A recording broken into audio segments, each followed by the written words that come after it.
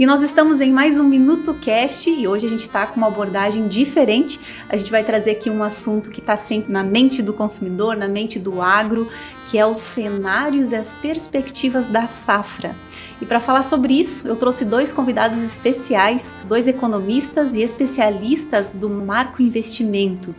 É a Geise do Amarante e o Tiago Della Corte. Sejam muito bem-vindos. Muito obrigada, Fábio. É uma honra estar aqui com vocês, falando um pouquinho de algo que é tão importante e relevante, que é agora, iniciando a safra também, vem aumentando os questionamentos, o medo, o receio, do que está por vir pela frente aí. Obrigado pelo convite, Fábio. É um prazer ter esse espaço para mostrar um pouquinho do cenário que nós esperamos para os próximos meses. Essa virada de ano eu acho que vai ser bastante conturbado ainda. E eu acho que, quem sabe, a gente possa ajudar o produtor ou o empresário e até o investidor que está exposto a essa área, a esses riscos, a entender um pouquinho mais dos problemas que a gente pode ter ao longo desse caminho.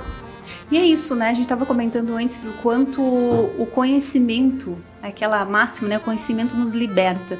E como tu disse, às vezes a gente tem um medo de olhar para o cenário. E esse medo, ele é muito mais do inconsciente, do tipo, eu não entendo ou eu não sei o que fazer com todas as informações que eu vou ter. Eu acredito que vocês vão poder nos ajudar muito, A nossa função, na verdade, como assessoria de investimento, seja falando do investimento em si e também falando um pouco mais de agro, e aí o Thiago, ele toca a mesa agro da Marco Investimentos, mas falando de comportamento no geral, que é o que eu gosto muito também, sobre os medos, os receios. Quando a gente está falando de negócios que envolvem grandes tomadas de decisão, seja uma compra pequena ou até algo maior, uma expansão, comprar um pedaço de área, investir para a safra, tem muito medo, muito receio. E aí, nessa incerteza, não se sabe muito o que fazer e muitas vezes o medo e o receio te paralisa também para buscar outras alternativas. E o que a gente propõe, através do nosso trabalho também da assessoria, é justamente isso. Com calma, com confiança também, aos poucos ir mostrando que a gente pode desmistificar esses medos, esses receios e conseguir levar muito mais eficiência também, seja para o produtor, para o empresário, enfim, para todo mundo. Então, ajudar a maximizar os resultados na medida do possível. E algo que a gente preza muito, Tiago, é a questão de também não assumir riscos desnecessários. A gente vai com calma, trabalhando isso também para daqui a pouco não ter uma experiência ruim, machucar, e daqui a pouco não quero mais saber disso. Aqui nós temos uma oportunidade muitas vezes e a gente tem que levar ela de forma mais simples possível. Certo. Eu acho, Fábio, pegando muito bem o que a Geise explanou, como é difícil esse processo de tomada de decisão, principalmente no agro. Porque você toma decisões a todo momento, em cima da questão de produção, você tem que tomar uma série de decisões, só que na hora de comercializar, são 1, 2 ou 3 decisões que colocam daqui a pouco em perspectiva de sucesso ou frustração o trabalho de um ano todo. Então a pressão que eu vejo em cima desse público, ele é maior que a média. Ele é grande, É grande. E o produtor sente na pele, Thiago?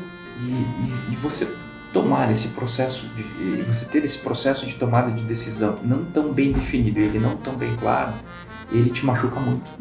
E eu pego alguns exemplos de casos que a gente já passou no escritório. Eu lembro de um caso em 2016. Teve um produtor que chegou com a família dele e eu entrei na sala de reunião e ele estava moado no cantinho dele, e a família dele estava um pouco mais agitada. E a gente começou a fazer a conversa. E ele me disse, olha, eu acabei tendo a oportunidade de fazer a venda do físico que eu tinha, eu não fiz essa venda, e os preços acabaram caindo. E quando ele falou isso, os filhos e a mulher já foram para cima deles, que nem uns leões, e você sentia muito esse desconforto dele, porque eles cobravam muito, porque ele achou que ele tinha errado esse processo de tomada de decisão, e em vez de ele achar um conforto ali, ele achou mais cobrança. Ele tinha te dito que era não sei o que, você foi ganancioso, enfim, e tal, e por aí vai. E tem alguns estudos que mostram que quando você está exposto a decisões em mercado de renda variável, em até 85% para mais, então 85% para mais do tempo você está insatisfeito. Porque você sempre vai achar algum motivo para se machucar e para se culpar. E no mercado agro, como nós estamos falando basicamente todo componente de formação de preço, a grande maioria, ele trata de um comportamento de renda variável, o produtor ele sempre acha alguma forma de se machucar. Então é muito importante entendermos uma questão. Tecnologia não só está ligado à semente, o cultivar que nós vamos utilizar, ao processo de produção, ao maquinário, enfim. O processo de gestão e o processo de comercialização, ele também está envolto no processo de tecnologia. O produtor, a empresa, o investidor, ele precisa ter isso muito bem definido e precisa ter esses modelos embaixo do braço, porque senão ele vai entrar nesse cenário onde 85% do tempo ele está infeliz. E como é que ele fica infeliz? O preço da soja subiu lá de 80 e foi a 200. Quando ele bate 200 e volta a 180, esses 20 que ele viu voltar machucam muito mais ele do que todo o movimento de alta que ele teve. Ele vendeu nessa janela e o preço subiu para a janela seguinte. Ele se machuca também porque ele deixou de ganhar e para isso é um erro que ele não poderia cometer. Ou quando ele precisa comprar um insumo, ele comprou um insumo e de repente o preço subiu e ele sente que ele não comprou o suficiente. Então ele sempre tem um cenário de cobrança muito forte em cima dessa tomada de decisões, e eu não sei se isso ajuda ou não quem está nos escutando, mas é normal do mercado, essa dor é normal, essa frustração é normal, e quando nós utilizamos só modelos matemáticos para nos ajudar nesse processo, nós transferimos essa culpa ou essa responsabilidade da pessoa para o modelo matemático, então a carga fica mais leve, nós conseguimos desenhar algumas estratégias, nós conseguimos falar em cima desses modelos.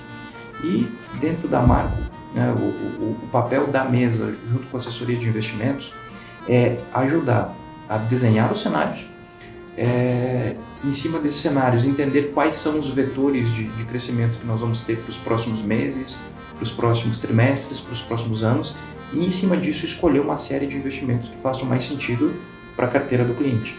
No caso do agro, esse cenário que nós estamos passando, que ele começou a moldar 2-3 de janeiro de 2022, ele é um cenário novo, ele é um cenário que nos assusta um pouco. Cenário... Eu ia te perguntar, né, que diante assim das variáveis que a gente tem aí do cenário como um todo, né, China, clima, USD, como que eles impactam, o que esperar da safra, né, como que a gente... Vamos dar um cenário, o que a gente... Porque realmente é uma coisa que tu tá esperando, às vezes, para tomar uma decisão.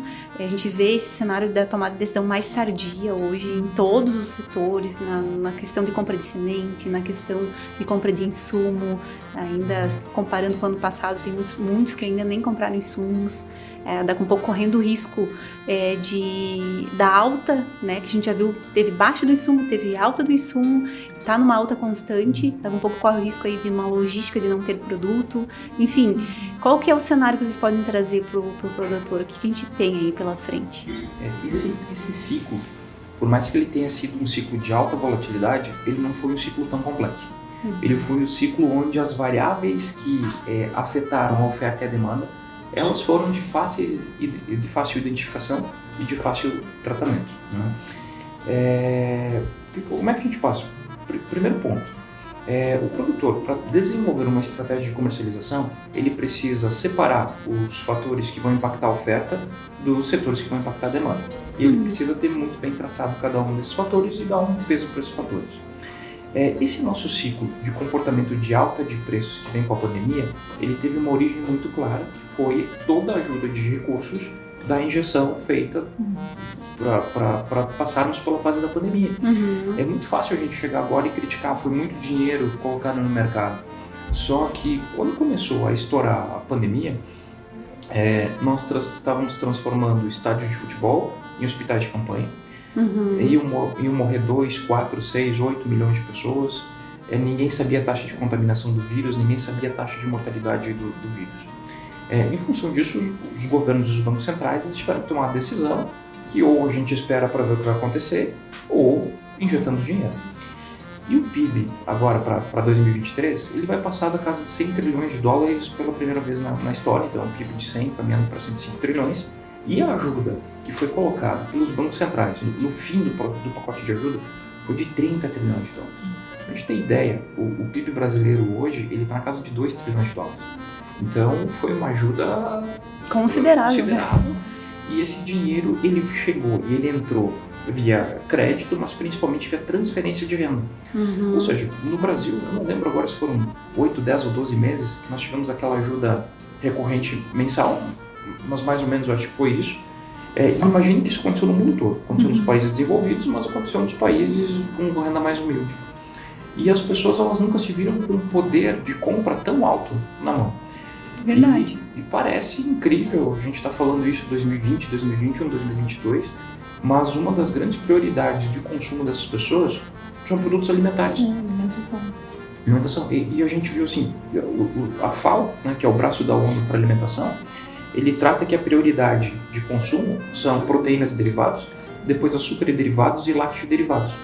Então, vamos imaginar assim, chegaram esses 30 trilhões de dólares, o consumo começou a acelerar, começou a secar o estoque de carne, secar o estoque de milho, o estoque de soja, o estoque de outras commodities metálicas, o estoque de chips, o estoque de automóveis, máquinas agrícolas, caminhões, enfim. A economia foi acelerando e a velocidade da recuperação ela nos chamou muita atenção. Porque, principalmente aqui no Brasil, né, Thiago? Mas eu acho que o Brasil nos surpreendeu, mas assim, o cenário global foi uma loucura em termos de recuperação. Foi uma recuperação em V, para pegarmos em perspectiva. Quando estoura a bolha de tecnologia nos anos 2000, o mercado só volta para o mesmo patamar em 2007 e 2008. Quando estoura a bolha de hipotecas em 2008, o mercado só volta para o mesmo patamar em 2012. E na pandemia, quando o mercado começou a cair, né, as empresas no mundo perdendo força, o PIB global perdendo força, chega esse dinheiro, na virada do ano você já tinha recuperado, e aí você explodiu, a economia cresceu, acho que de uma maneira poucas vezes vistas na história. Acho que o mundo todo se reinventou também, né? Se for olhar. E a própria questão também do cenário que a gente tinha, o juro muito baixo também, né? O juro baixo aqui, lá fora, a gente chegou a ter juro negativo, né? Em alguns países. Então, transferência de renda com dinheiro e um juro baixo, facilidades. Vamos consumir, né? E essa eu acho que foi eu não quero me expressar mal aqui, mas eu acho que foi a primeira dificuldade de criar um cenário para análise que o produtor teve na ponta. Por quê? Porque o produtor ele precisa desenvolver uma série de habilidades além de todas que ele já tem. Porque o produtor tem que entender de clima, tem que entender de maquinário, ele é basicamente um engenheiro mecânico, ele é um agrônomo, bem, enfim, ele, né, é muita coisa. É um herói, né? Vamos falar sério. Né? Só que ele precisa ler e entender que existe um processo lógico por trás do comportamento econômico. E quando esse dinheiro chega no mercado e o consumo aparece e os estoques começam a cair, essa redução de estoque ela abre espaço para preços maiores. E uma das maiores dores que os produtores tiveram foi logo na primeira rodada, que eu acho que a soja devia estar ali na faixa dos 80, 70, e ela já avança acima dos 100, e ali foi uma venda e travando contratos futuros em volume muito grande. Que o 100 já tinha todo, né, falando da parte mental, comportamental, né, nossa, bateu a 100, agora vai a 120, né, tem tudo isso.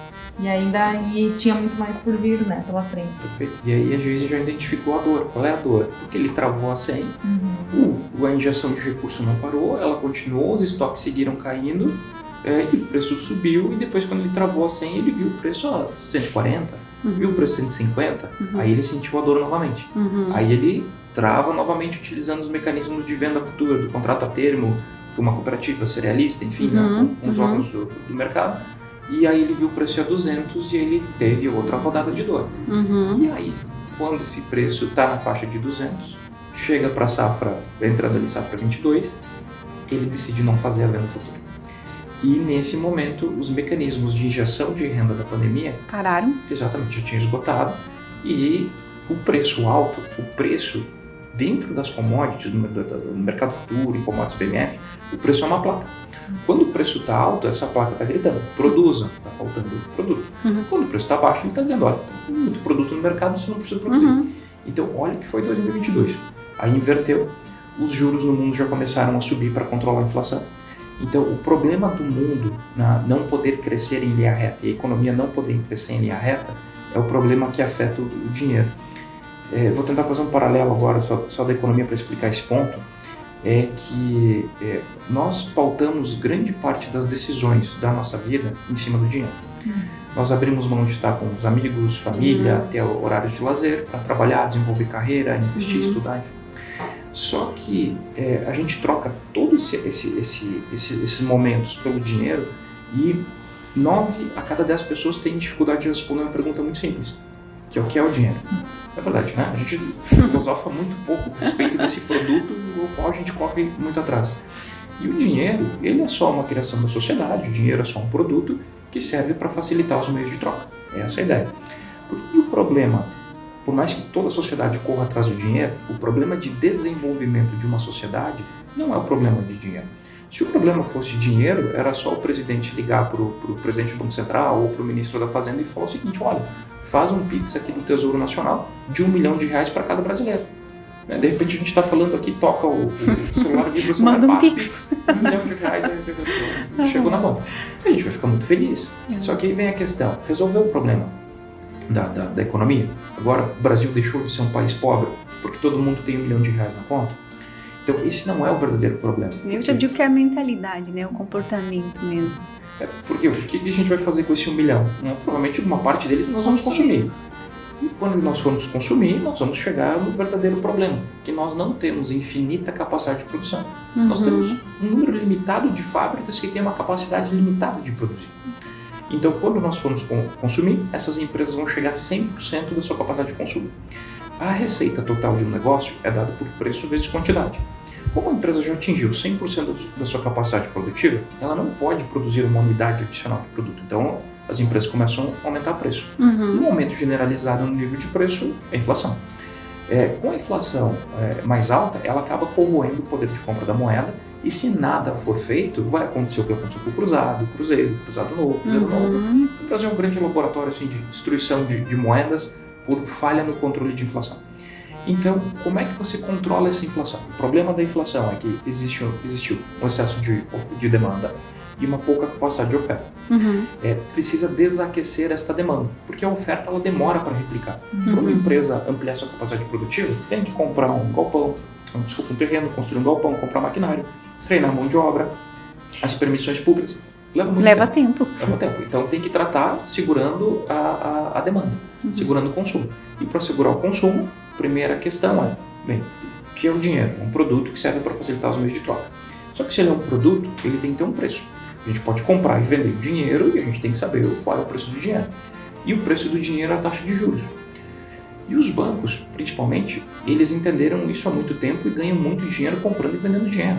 Eles compram dinheiro por um juro baixo, porque é um negócio, para eles é a matéria-prima para o negócio funcionar, então eles têm que pagar o mínimo possível pelo dinheiro. E quando eles vendem esse dinheiro via crédito, por exemplo, eles tendem a comprar o máximo possível.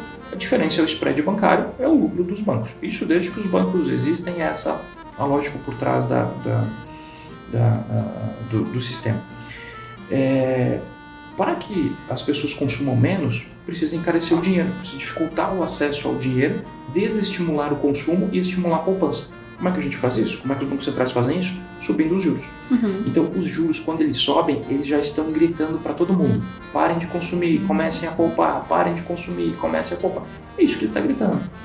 E quando você observou a maior inflação, principalmente nos Estados Unidos, né? Se nós pegarmos um PIB global de 100 trilhões de dólares, os americanos fazem mais ou menos 25 trilhões, então um quarto desse PIB é americano. União Europeia, como um bloco, faz cerca de 20 trilhões, China faz cerca de 18 trilhões, e a Índia, se nós ajustarmos por paridade de poder de compra, já vai estar passando dos seus 5 trilhões, vai estar passando a Alemanha e o Japão logo nos próximos anos. Quando os americanos têm a maior inflação dos últimos 40 anos, a Europa, né, enfim, passando por isso, eles precisam fazer aumentos de juros muito fortes para desestimular esse consumo, encarecendo o crédito. Então nós viramos 21 para 22 com esse cenário. Os juros no mundo todo gritando: parem de consumir, parem de consumir, parem de consumir. A China ela teve muita dificuldade de trabalhar a reabertura pós-pandemia. As políticas públicas na China, elas foram assim, de caráter bem radicais, né? Eu lembro. E a eficiência, a gente tem que botar um ponto de interrogação, porque eles não se mostraram eficientes, dado que a economia não consegue emergir novamente, né, do cenário onde eles entraram. Então, nós estamos vendo que o cenário para 2022, onde o produtor resolveu não travar o produto dele, era diferente do que ele viu em 2021, quando ele tomou a decisão de travar e existia um estímulo ao consumo, um estímulo à demanda. Ele não conseguiu fazer esta leitura, eu digo assim, não é em termos de generalização, mas os dados brasileiros mostram que 2022 foi o ano onde os produtores menos utilizaram o mecanismo de trava futura de preço, venda antecipada da produção. E foi bem no momento onde o juro estava alto, acabou o incentivo de renda, né, da pandemia, então naturalmente o consumo ia cair e com os preços altos toda essa oferta, estímulo para o aumento da oferta estava chegando no mercado. Ampliar áreas, o desenvolvimento de fazendas foi acelerado, a compra de maquinários ela foi acelerada, enfim.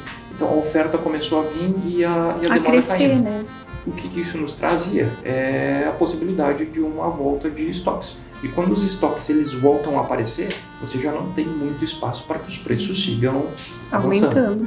E é o que a gente tem hoje, né? A gente tem bastante demanda e os preços aí caindo, né? Então acho que é o que vem acontecendo, né? Principalmente a questão da oferta. A gente tem bastante oferta, a demanda de certa forma ela continuou perene até diminuindo um pouco e então a gente tem um excesso de estoques, né? Como disse o Thiago. E o legal é que a gente fala o tempo todo sobre questão comportamental, né? Finanças, investimentos, negócios não é sobre matemática, muito mais sobre comportamento. E o momento onde o produtor se sentiu mais confiante, né? Então ele não buscou proteção, quando ele achou que estava tudo muito bem desenhado, foi quando era, na verdade, a inversão do ciclo. E aí ele se pegou daqui a pouco de calças curtas, né, nesse momento. Não, é incrível porque é justamente esse momento da inversão do ciclo, é onde você vem daquele momento de crescer essa confiança, né, porque está tudo bem, o preço está alto, enfim, e por preço, claro, para a soja bater 200, você teria que ter uma perspectiva de mercado que ela fosse 220, 230, porque senão você não seguraria ela a 200 se não tivesse essa perspectiva. Só que o mercado, essa confiança, ela muda muito rápido. Então, você realmente viu que o cenário de 200 virou um cenário de inversão de preço e é muito difícil para o player que está exposto no mercado, para o produtor, para a indústria, aceitar essa mudança. Então, a gente contou muito bem, é na capacidade de você conseguir entender o mercado e tomar decisões que está o diferencial de um sucesso e de um fracasso numa comercialização. Eu faço uma analogia que o nosso trabalho ele é muito ligado a desenvolver algumas habilidades então, que os produtores precisam, e uma dessas habilidades é ler tendências macroeconômicas. Se um produtor conseguir criar cenários e ler tendências macroeconômicas, olha, ele resolveu 50% dos problemas dele. Depois ele tem que entender um pouquinho lá de contabilidade, um pouquinho de administração, enfim, outras questões, para conseguir montar um modelo completo de gestão e tomada de decisão. Mas é muito parecido com dirigir. Nosso papel aqui, a gente cria o cenário e mostra para o produtor os desdobramentos futuros. É como se ele estivesse dirigindo um carro e o painel está cheio de indicadores. Ele vê a velocidade, vê a pressão do óleo, temperatura do motor, que marcha ele está, a rotação do motor. A estrada fala com ele, acelere, pare, proibido ultrapassar, enfim. Quem está dirigindo tem uma série de indicadores à disposição.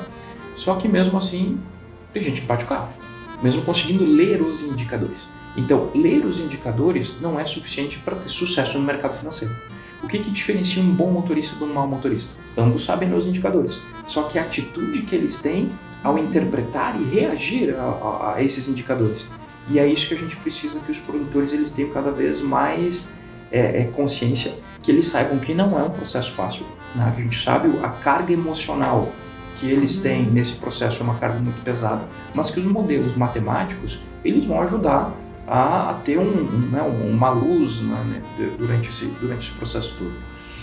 E as decisões que nós tomamos hoje em termos de mesa de operação, lendo este ciclo, nos levaram assim, a uma série de decisões muito vitoriosas dentro da mesa de operação.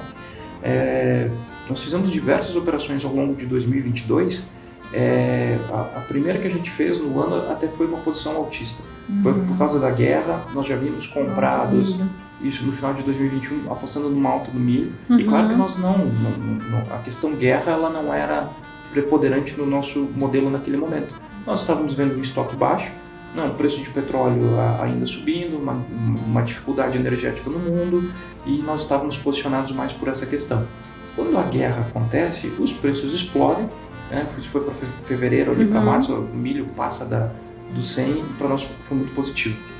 Deste ponto para frente, todo o nosso esforço ele foi construído no movimento de baixa. De queda, né? De queda. Então, assim, claro que nós não temos um poder de mercado suficiente para influenciar os preços e, nós que derrubamos os preços no mercado. Não é bem essa ideia. Mas em Chicago, dados de 2019, aproximadamente foram negociadas 23 vezes a produção mundial de soja. Hoje, os fundos de investimento, eles têm um poder muito grande na formação do preço. Então não é só aquela formação do produtor, com a agroindústria, com a trade, né, toda aquela cadeia. Os fundos de investimento ganham muito dinheiro especulando esses movimentos no mercado e, de certa forma, a mesa ela cria esses cenários e nós encontramos as oportunidades, embalamos e entregamos para o nosso cliente de acordo com o perfil dele. E nós pegamos umas 2, 3 operações de queda no milho, umas 2, 3 operações de queda no soja, o boi gordo também, né, trabalhando a preços mais altos. Foi um ano assim fantástico. 2023. Que está em queda agora, né, Thiago? Perfeito. E aí em 2023 esse cenário permaneceu. Esse cenário foi um cenário onde a queda do milho foi muito forte e os nossos modelos conseguiram capturar já em março, meados de março, esse movimento formando. A gente conseguiu pegar uma queda muito interessante no preço do milho. Foram umas 3 ou 4 operações de queda na soja durante o ano, então a gente vendia, o jornal recuperava, vendia, recuperava, e umas 2 ou 3 operações no milho, agora não lembro de cabeça, mas acho que foi mais ou menos esse o portfólio do ano. E o que me assusta, assim, em termos de preço, pro cenário de preço logo à frente, é que eu acho que a gente está superestimando a quebra que os americanos podem ter. Eu sei que hoje, quando a gente está gravando, acho que 13h30 vai sair o crop tour dos americanos. Então já está na visita das fazendas, estão vendo o desenvolvimento do milho, o desenvolvimento da soja, enfim. Eu vi que o Brasil já passou, né? Em termos de produção. De produção, isso aí foi. E os americanos, segundo o USDA, e eu vejo assim, muita gente demonizando o USDA, diz, olha, o Departamento de Agricultura dos Estados Unidos, ele é pró-americano, eles tentam sempre colocar numa situação onde o milho e a soja têm preços melhores no momento da comercialização da safra deles e não no momento da nossa, enfim. Eu não sei, olhando para os dados, eu acho que é a instituição que tranquilamente passa mais confiança, só que quando eles têm um desvio padrão de mostrar os dados, é mostrar quão difícil essa atividade é. Não é exato, é uma confiança porque você depende, choveu um pouquinho mais, choveu um pouquinho menos, a chuva foi regular, enfim, então... Tu não controla, né? Algumas coisas ali tu não vai conseguir controlar, né? Perfeito, mas a gente consegue ler a tendência. Então, a tendência de preços que nós imaginamos agora para novembro, tratando esses dados, o primeiro dado assim, é a sazonalidade do preço. O produtor ele precisaria pegar assim, a média de preços da soja, por exemplo, pega a média de janeiro, e recupera os dados de 10, 15 anos. Tira a média de todos os meses de janeiro, todo de fevereiro, todo março, vai fazendo isso mês a mês. Depois ele tira a média dessas médias. Ele vai ter o comportamento sazonal do ano. Fazendo isso, nós conseguimos entender que o movimento, que o mês onde os preços da soja são mais baixos, são no mês de novembro, de cada ano. E geralmente é na semana do dia 20 de novembro de cada ano. Então a estatística ela nos mostra esse ponto. Isso quer dizer que vai ser sempre assim? Não, mas a melhor referência para um futuro próximo é um passado próximo. Se nós entendermos o comportamento dos preços passados, nos dá uma pecinha para montar o quebra-cabeça. E na economia global, nós ainda conseguimos observar as principais economias dos Estados Unidos e as europeias subindo o juro. E quando ele está subindo o juro, ele está desestimulando o consumo. Então, será que nós vamos ter uma aceleração de consumo daqui até novembro, dezembro? Eu acho improvável isso. Pode ser que estejam sendo costurado um baita pacote de ajuda para a economia chinesa, enfim, e daqui até lá saiam esses dados e se tem esse estímulo. Mas pelo nível de endividamento da China, eu acho muito difícil que isso aconteça. Não.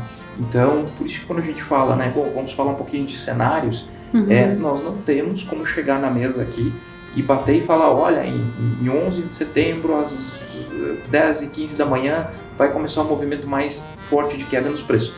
Nós não conseguimos, os modelos não nos mostram com precisão isso, mas eles nos dão os contornos e nos mostram qual é a perspectiva, né? Uma perspectiva. Então, assim, não acontecendo essas ajudas, nós vamos ter uma entrada de grãos outubro, novembro, boa, não? Irregular, né? nós vamos ter uma economia global mais fraca pelo seu aumento de juros, então provavelmente nós podemos passar por algumas empresas, e é interessante observar o volume hoje de pedidos de falência na economia americana. Se nós traçarmos um gráfico de 2000 para cá, nós vamos ter um boom nos anos 2000, quando estourou a bolha de tecnologia, um boom maior em 2008, com a quebra da bolha imobiliária, um boom na pandemia, e esse seria o quarto boom. Você tem 4 movimentos de alta que te chamam a atenção.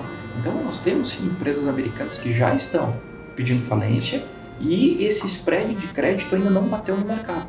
Ou seja, tem muita gente já que está trabalhando com o cenário por queda de juros no mercado americano, enfim, calma, o prêmio do risco nem bateu ainda. Então, e quando esse prêmio de risco bater, isso tudo tende a desacelerar ainda mais a economia lá. E quando essas empresas, infelizmente, elas saem do mercado, elas destroem postos de trabalho, o consumo começa a reduzir, e o consumo americano mais baixo, ele reduz o consumo chinês, e o consumo chinês, o Brasil mais ou menos entra nessa brincadeira. Não só para a China, mas principalmente para a China, mas a questão por Ásia. Então, eu acho que nós estamos indo para esse movimento, demanda mais fraca, entrada americana, e aí vamos começar a discutir o plantio aqui na América do Sul. Que deve começar agora, até foi antecipado. A última informação que eu vi foi que no Mato Grosso eles anteciparam no dia 15, agora para a primeira semana de setembro, saiu alguma faísca lá, mas conseguiram antecipar. A perspectiva para quando a gente olha as bandas, a gente pode esperar assim, 158, 160 milhões de toneladas aqui. Claro, se chover bem, chover regular, dentro desses modelos, o produtor e o investidor que está nos acompanhando, ele precisa entender que existem riscos que são de nossa responsabilidade. A gente tem que bater no peito e dizer, bem, isso é responsabilidade minha. Se acontecer A, eu vou fazer 1, se acontecer B, eu vou fazer 2.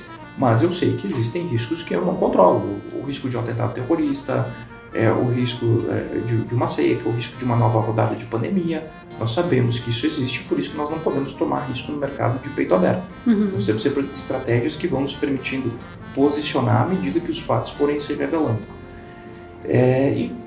158, 160 milhões de toneladas aqui é possível? É possível. Eu acho que o número da Conar, que eu estava olhando antes, previsão é 164 toneladas e Estados Unidos 115, bem como tu falou aí. 115. Eu acho que vai acabar batendo nesses números aqui, e para o sul aqui vai ser mais interessante do que as últimas janelas pelo comportamento do clima. Nós estamos saindo então de alguns anos com a estiagem, né? Isso, preponderância assim, de um movimento de laninha para o El Ninho, e geralmente os modelos mostram que com o El Ninho, mais ou menos abaixo do trópico aqui de Capricórnio, você tem uma boa disponibilidade de chuvas. Então a Argentina não colaborou com essa safra de soja. Eu não sei se deve ter dado 22, 23 milhões, eu não peguei o último dado da Argentina, mas mais ou menos eu acho que 23 milhões. 23? Então você imagina uma Argentina, o Brasil vem lá com seus 160, 164. A Argentina vem com seus 50, 52... 48.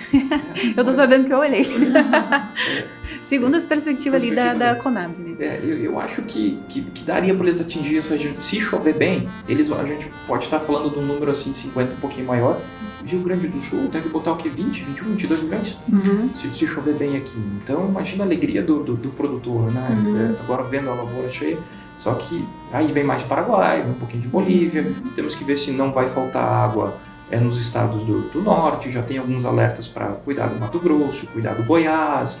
E toda essa instabilidade, essa janela climática que nós assistimos no mercado americano, chove, não chove, estiagem, vem chuva, não vem chuva, enfim, agora nós vamos assistir na América do Sul, então vai ter volatilidade. Só que no fim disso, então, pegando os principais pontos, o americano tende a colher bem, economia global mais fraca e uma perspectiva de safra cheia na América do Sul. Eu acho que 2023 nós vamos colocar assim como o ano da retomada dos estoques de muitas commodities do mundo, entre elas as commodities agrícolas.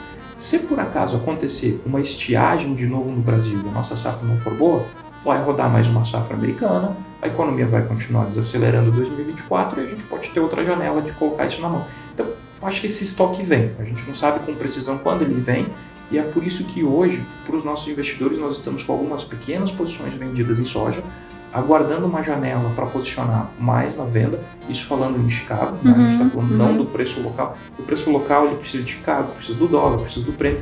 Nós estamos vendidos já com posições na Bolsa de Chicago, pequenas, mas esperando janelas para aumentar. Por quê? Porque eu acho que o produtor aqui ele vai ter a felicidade de ver o campo dele cheio, mas se ele não cuidar do tratamento do preço, talvez com esse campo cheio, a safra cheia, o preço ele pode estar mais baixo do que ele gostaria. E aí eu queria te perguntar, Thiago, então a safra cheia, né, a tendência é essa, pelo menos é o que a gente tem visto, né, com relação a essas quedas de preço, como eles se interligam? Porque, né, ao mesmo tempo que eu fico feliz, então vou ter uma super safra, eu vejo os preços caindo. Como que isso se interliga no mercado? Via estoques. Quando você tem uma perspectiva de aumento de estoque, o preço ele acaba sofrendo. Quando você tem uma perspectiva de corrosão no estoque final, o preço ele acaba subindo. Então, esse é um modelo que o produtor ele precisa ter embaixo do braço. Eu não quero dizer assim que ele não tem, né? Ele faz, claro, o acompanhamento dele, ele tem as fontes de informação dele, mas ele precisa profissionalizar cada vez mais essa questão e entender assim que ninguém sabe exatamente o que vai acontecer, porque tem esses fatores que nós não controlamos, que nós chamamos de riscos sistêmicos, né, ou sistemáticos, mas que apostar nesse tipo de risco é apostar na exceção. Então eu estou colocando toda a minha expectativa de comercializar bem o meu grão numa perspectiva de uma frustração de safra ou de algum outro elemento que mude o mercado. Historicamente, essas estratégias não conduzem ao melhor resultado. As estratégias que conduzem ao melhor resultado é você apostar na média. Então, na média, qual é o comportamento? É X, então eu vou seguir o comportamento médio. Mas tem anos que por ter apostado no comportamento médio, eu me dei mal. Pode ter sido o ano de 2021, quando o preço começou a subir. De acontecimentos, né, externalidades que alteraram muito aquilo que tende a ser regular. O mercado financeiro, essas estratégias de negociação de ações, né, por elas serem voláteis, elas têm muito para colaborar com as formações de estratégia para o mercado de agro. Né? E o produtor ele precisa estar atento nisso, ele precisa desenvolver essa curiosidade de conhecer. Né? E é um pouco do nosso trabalho, né? Na mesa, assim, não que a gente só faça o trabalho de intermediação ou dessas travas ou de proteção. Não, a gente tem todo esse trabalho educacional também. Eu ia te comentar, né? E eu queria até uns dados de vocês, porque assim, eu vejo que na verdade é meio que cultural, não só falando na questão do mercado do agro, né? Acredito que vocês devem ter esses dados, mas assim, a gente no Brasil não tem uma educação financeira, né? Falando dos Estados Unidos, eles já nascem, acho que a primeira matéria lá do ensino é a educação financeira. Então, e como eu disse, eu trouxe ali um perfil do produtor que a gente vem, claro, vem mudando constantemente, acho que a gente já está evoluindo muito, eu vejo a questão até da própria geração, né? Hoje está o pai, está o filho, já muito mais profissionalizado, com muito mais informações para uma tomada de decisão mais segura, mas se vocês pudessem nos dizer qual que é o percentual do Brasil nesse segmento em olhar para o mercado futuro, em entender e para ter informações ou buscar mais conhecimento. Acho que falando primeiro do mercado como um todo, né, como tu disse, nos Estados Unidos é tão natural, lá 70, um pouco mais, um pouco menos % da população tem conta numa corretora, né, não está concentrada em grandes bancos, que é um cenário brasileiro, né. E aí tu falou da educação financeira, eu sempre brinco dizendo que nós não tivemos uma educação financeira, a gente teve uma educação poupadora, que a gente tinha que poupar, mas não se ia muito além disso, né? Então lá, questão de juro mais alto, mais baixo, né? Uma economia mais estabilizada, é muito comum as pessoas irem para a bolsa, irem para a renda variável, porque para elas conseguirem uma rentabilidade melhor, elas vão precisar correr um pouquinho mais de risco. E aqui não, então a gente tem historicamente, né, juros altos, então poupança faz parte da cultura do brasileiro. E também com a questão da, de certa forma, democratização da parte de renda fixa, né? Vem uma plataforma aberta de investimentos, como foi o movimento que a própria XP fez, as pessoas começaram a olhar mais, né, para uma taxa pré-fixada, acompanhar mais o CDI, ou buscar pelo menos uma taxa Selic para o seu investimento. Mas a parte de renda variável ainda a gente tem uma parcela muito pequena da população, falando assim em números gerais, a gente não tem 5% da população. Então, isso aí, falando especificamente do agro, antes eu comentei, né, que se de cada 10 produtores, um utiliza, por exemplo, mercados futuros como estratégia, eu diria que nenhum, né, 0,5 talvez, né, e com muito medo, com muito receio. Então, faz parte, né, a gente sempre teve muito forte também junto com a assessoria, com essa questão mais técnica, né, de olhar, interpretar o mercado, fazer operações, mas também o lado educacional, que vai precisar passar por esse processo da aprendizagem, né, não perdendo medo, esse receio que se tem. Muitas vezes, no primeiro momento, talvez até sem orientação, tu pode ter uma experiência ruim, né? E a partir disso fechar a porta, não quero mais, é muita volatilidade, é muito risco, né? Então, o nosso papel tá justamente mostrar que é possível, às vezes com calma também, porque a gente fala muito sobre gestão de risco, né? Então, o Thiago comentou que nós estamos com algumas operações, algumas posições vendidas, mas pequenas doses, né? Não ir lá, a gente acha que vai cair, vamos vender, né? Grandes posições, daqui a pouco comprometer uma safra toda, né? Então, a questão também de ir trabalhando as coisas de uma forma parcial, né? O cenário está se confirmando, vai lá, aumenta a posição numa operação, né? Então, é todo um processo que a gente vem trabalhando há muitos anos. É um trabalho que, isso a Geise pontuou, é muito positivo, porque precisa acontecer uma diversificação ao longo do tempo, né? É difícil em 1, 2 janelas de tomada de decisão você resolver a sua vida para o ano ou para a próxima safra. É um processo de verificação. Tem o cenário, nós conseguimos identificar quais são os fatores de risco.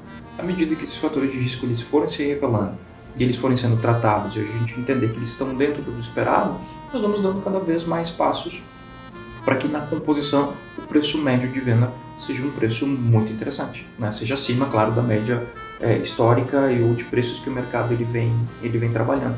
Então não é algo assim muito fora da curva, é estatística, é acreditar no indicador. Então, né, você precisa no processo de aprendizagem e colocar um pezinho na água, conhecer o sistema, ver como é que ele está trabalhando e a partir de então você puxando para o seu perfil, você adapta ele. Eu sou um pouquinho mais conservador, sou um pouquinho mais moderado, sou um pouquinho mais arrojado e você tempera a comida do jeito que te deixar mais confortável dentro desses movimentos.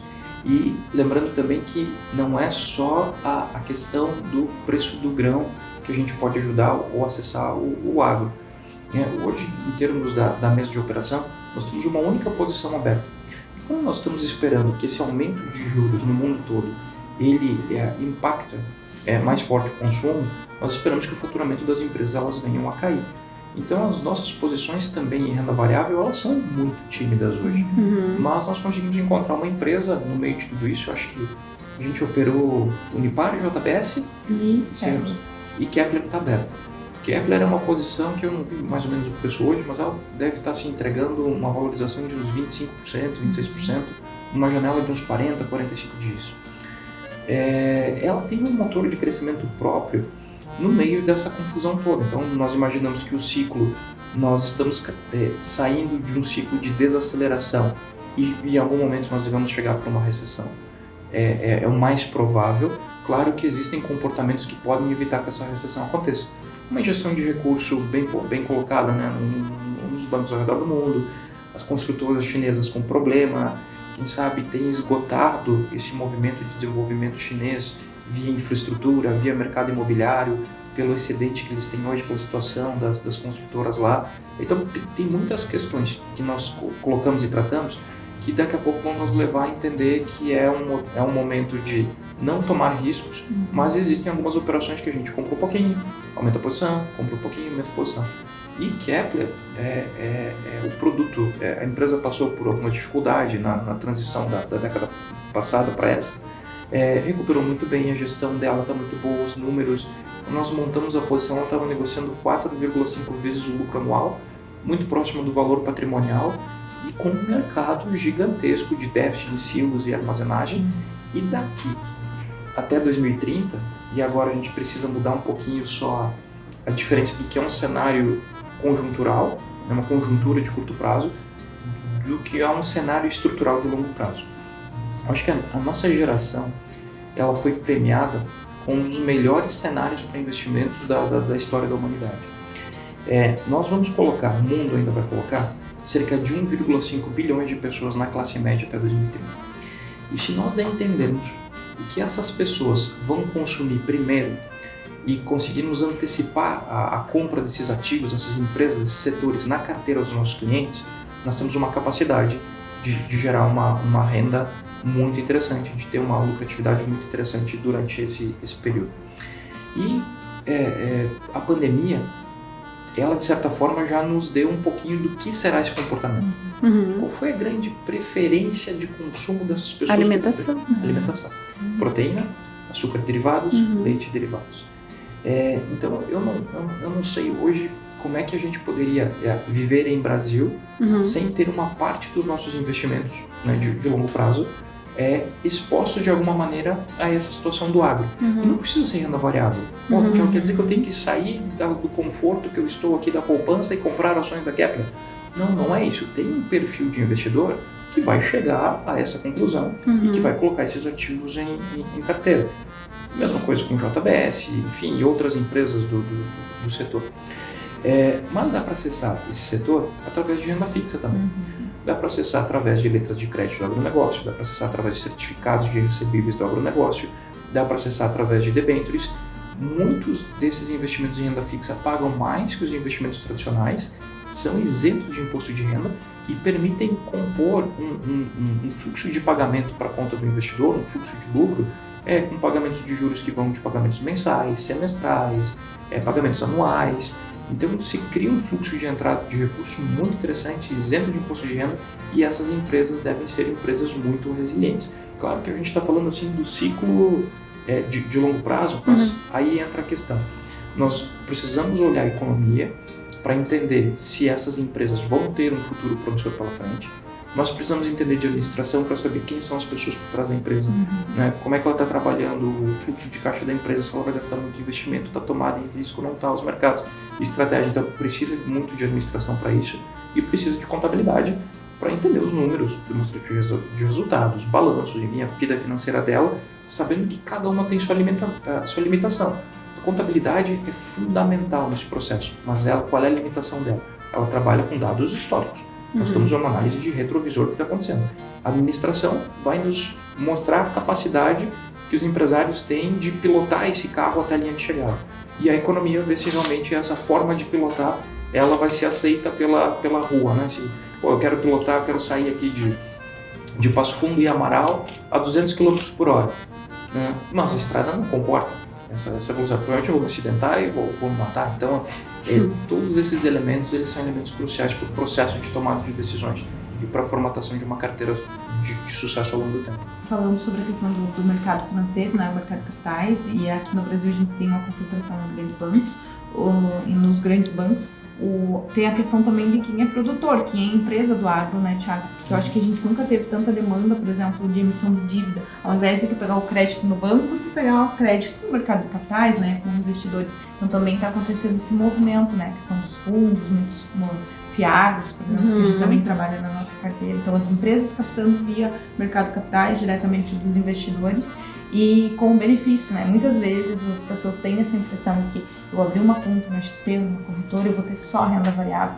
E hoje a gente tem uma plataforma de renda fixa que fica até difícil a gente às vezes estar filtrando que é das opções que a gente tem. Então, os fiagros também, outro instrumento que é ligado ao agronegócio, para o investidor, que é isento do imposto de renda, também com a recorrência do dividendo mensal. Então, tem muitas alternativas, seja na renda fixa ou na renda variável, né?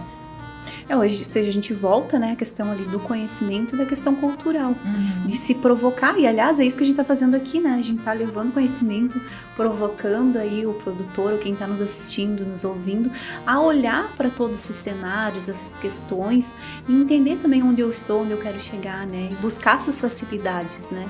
Eu queria voltar um pouquinho, Thiago e Jayce, na questão das exportações, né? Eu estava olhando alguns dados ali e o Brasil, nos últimos 7 meses, fechou ali finalzinho de julho, ele já chegou a 100 milhões, né, de exportações. O que na visão de vocês isso impacta? Digamos que todo esse valor entrando, né? Qual que é a reação do mercado? Porque esse número, ele é o número do ano todo, do ano passado. Então, imagino isso entrando no mercado. O que isso pode trazer para nós de positivo, de expectativas, né? Eu acho que esse é uma das variáveis que confirma a nossa principal tese de investimentos, que é a tese da ocidentalização da dieta alimentar. Cada vez mais o oriental, então, ele quer consumir alimentos como nós consumimos aqui no Ocidente. E esses alimentos eles são ricos em proteínas, e o Brasil tem uma janela importantíssima, né? Eu sei que às vezes a gente faz uma palestra, a Geise, né, brinca bastante, enfim, e até porque ela é filha do setor, enfim, né, ela tem toda essa ligação com a terra, algo que infelizmente eu não tive, né? Mas o pessoal, por nós estarmos em investimentos e termos essas teses, eles sempre nos perguntam: mas qual é o melhor investimento que a gente pode fazer, enfim, né? Eu posso investir no quê? Qual é a melhor coisa? A gente sempre brinca, mas brincando se diz a verdade, né? Casem-se com herdeiros de área de terra. Ou comprem terra e produzam. É um pouquinho mais difícil isso, né? Mas enfim, né? Dá pra fazer. É que tendo herdeiros já é meio caminho andado. Ah, sim. E sabe que as nossas áreas, elas são áreas de terra ímpares. Nós temos áreas de terras planas que permitem mecanização. Nós temos uma boa posição solar, nós já temos muitos pacotes tecnológicos que estão adaptados a todos os biomas, e temos a disponibilidade hídrica, que vai ser algo determinante para o futuro e para a expansão dessas produções. E na parte de área de terra, por exemplo, quando nós temos uma mudança de governo como nós estamos passando agora, e uma mudança de pensamento assim no sentido de, agora a ideia daqui a pouco é mais em função da preservação do que na abertura de área de terra. Então, como você vai preservar um pouco mais, vai dificultar essa abertura de novas áreas, eu acho que quem abriu área de terra nos últimos anos vai observar uma valorização desses ativos. A Geise já é uma herdeira, né? Então ela já está com esse problema ali praticamente resolvido. Eu não tenho isso. Como é que eu tento fazer as fazendinhas do Thiago, enfim, até que eu encontre a herdeira? Conseguir comprar um pouquinho de ações de empresas que produzam grãos e tenham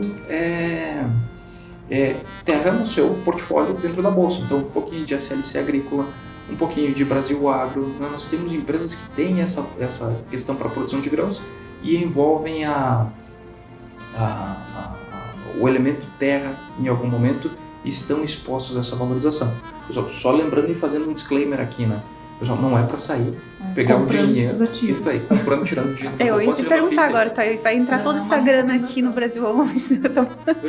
Pessoal, não façam isso com o investimento de vocês. Foi lá os assessores lá, a assessora simpática, o assessor gordinho lá, e disseram que é para tirar todo o dinheiro da poupança e comprar tudo nessas ações. Não, pessoal, evidentemente tem riscos, a gente precisa traçar esses riscos, não é sempre que nós estamos expostos a essas empresas, então nós temos momentos que sim, momentos que não, e nós precisamos entender os porquês, entender se os investidores têm perfil para correr esse risco, porque se ele não correr esse risco ou não estiver disposto a correr isso através de renda variável, ele pode fazer isso através de renda fixa, e algo onde a volatilidade, né, encaixe melhor para o bolso dele. Mas eu acho que essa questão das exportações, elas só mostram que o mundo cada vez mais está participando de um crescimento populacional, de um crescimento de renda, mais demanda por proteínas principalmente.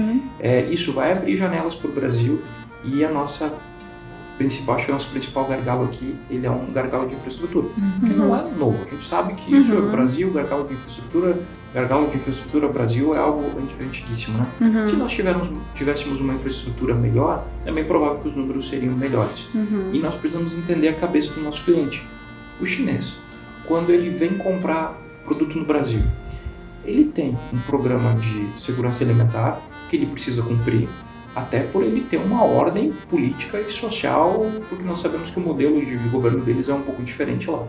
Se eles não entregarem alimento e crescimento econômico, pode ser que tenha-se alguns problemas, algumas questões políticas, elas fiquem mais latentes daqui para frente. Será que o chinês está tranquilo em depender dessa segurança de política alimentar, desses gargalos de infraestrutura no Brasil? Será que isso não assusta ele em algum momento? Eu não tenho a resposta nem que sim, nem que não, mas eu acho que é algo para refletir, né? Para refletir, Nós precisamos cada vez mais de investimento em infraestrutura. Esse investimento ele tem que chegar rápido, porque o mundo vai crescer rápido. Esses 1,5 bilhões de pessoas, 2030 está chegando. Nós temos o que? Mais 4 meses para encerrar 2023, já passou 2023. E se o Brasil mostrar que não vai atender esses critérios, pode ser que China aproximando de África, enfim, a gente sabe que uma grande potência aí que está vindo, né, da África do Sul. E as áreas de terra brasileira lá com o Pangea eram grudadas na África. Todo o desenvolvimento de cultivares que foram produzidos aqui para o Brasil atendem muito bem aquela região mais ao sul ali, né, do continente africano. É claro que tem outras e muitas questões por trás disso, mas é que se nós não conseguirmos atender o nosso cliente, China, Ásia, enfim, eles vão buscar outras soluções. Então, não é só a questão do produtor ter as ferramentas, nós precisamos nos organizar politicamente, cobrar, né, quais são esses projetos e que provavelmente, né, o grupo empresarial que investir nisso, provavelmente ele vai ter bons retornos, né? Só que o que o Brasil precisa oferecer? Segurança jurídica, cumprir os contratos, enfim, tem algumas coisas que ainda precisam ficar mais claras para que esses investimentos eles chegam e melhorem, né, efetivamente essa infraestrutura. Muito bom, gente. A gente tá assim, numa aula aqui, né? Quero agradecer, pessoal, pela participação de vocês, né? A gente teve aí desde comportamento, filosofia, né? E com certeza números, mercado, expectativas, né? E uma educação. Teve muitos insights positivos que eu tenho certeza que vão ajudar. Então, agradeço, Thiago, agradeço, Geise. Vamos ver se a gente marca mais vezes para estar trocando essas ideias e estar levando essas informações para o produtor. Um último recado, pessoal, o que a gente pode dizer para o produtor agora nesse início aí dessa safra, diante de todas as informações que a gente trouxe? Eu acho que 2023 não é o ano de correr riscos, né? Pessoal, tentar guardar um grão, pegando juro no momento onde o juro está alto no mercado, me parece uma estratégia arrojada. É uma estratégia que a gente está vendo muitas pessoas adotarem. E cuidado, o que é interessante fazer? Estratégias como um barter. Mas o barter tem muito custo no insumo, enfim. Mas tudo bem, você está trocando grão por insumo, está travado. É uma forma, mesmo que não seja mais eficiente, de ajudar a diluir estes riscos. Então, cuidado com a tomada de risco no momento onde o mundo pode estar caminhando para uma recessão mais forte, a gente pode ter oscilação de preços. É melhor sentar, ver bem as finanças e passar por esse momento com calma, mesmo que não seja o melhor resultado financeiro agora, mas se a gente passar bem por essa oscilação, depois de 2024, 2025, 2026, 2027, o mercado volta a ser o que era e aí vai dar para correr um pouquinho mais de risco, né, num cenário mais estável. Eu diria que mente aberta, porque o Thiago bem pontuou, né, na fala dele sobre a questão de que como a gente evoluiu na questão de tecnologias, né, inovação, e falta talvez um cuidado a mais com aquilo que é o resultado no final das contas, que é os números, né? Então a eficiência, né, na gestão financeira. Então ter uma mente aberta para cada vez mais buscar outras opções, sair do tradicional que a gente vinha trabalhando, né? E muitas vezes os pais trabalhavam, então as novas gerações, né, e buscando outras alternativas, porque no final das contas é isso, né? É o trabalho de uma vida toda. Além da paixão que a gente sabe que o público agro tem com o trabalho deles, né? Mas também precisa ter um bom resultado no final das contas. Então, ter a mente aberta para cada vez mais inovando também na gestão financeira. Perfeito. Pessoal, mais uma vez, muito obrigada a você que nos acompanhou até aqui, nos escutou. Se você gostou do nosso conteúdo, curte aqui a nossa página, se inscreve no nosso canal, compartilha, porque isso ajuda a levar o nosso conteúdo para mais pessoas, mais educação, mais conscientização e com certeza vai ajudar aí no nosso agro e promover cada vez mais. Muito obrigada, pessoal. Muito obrigada. Obrigado. Obrigada.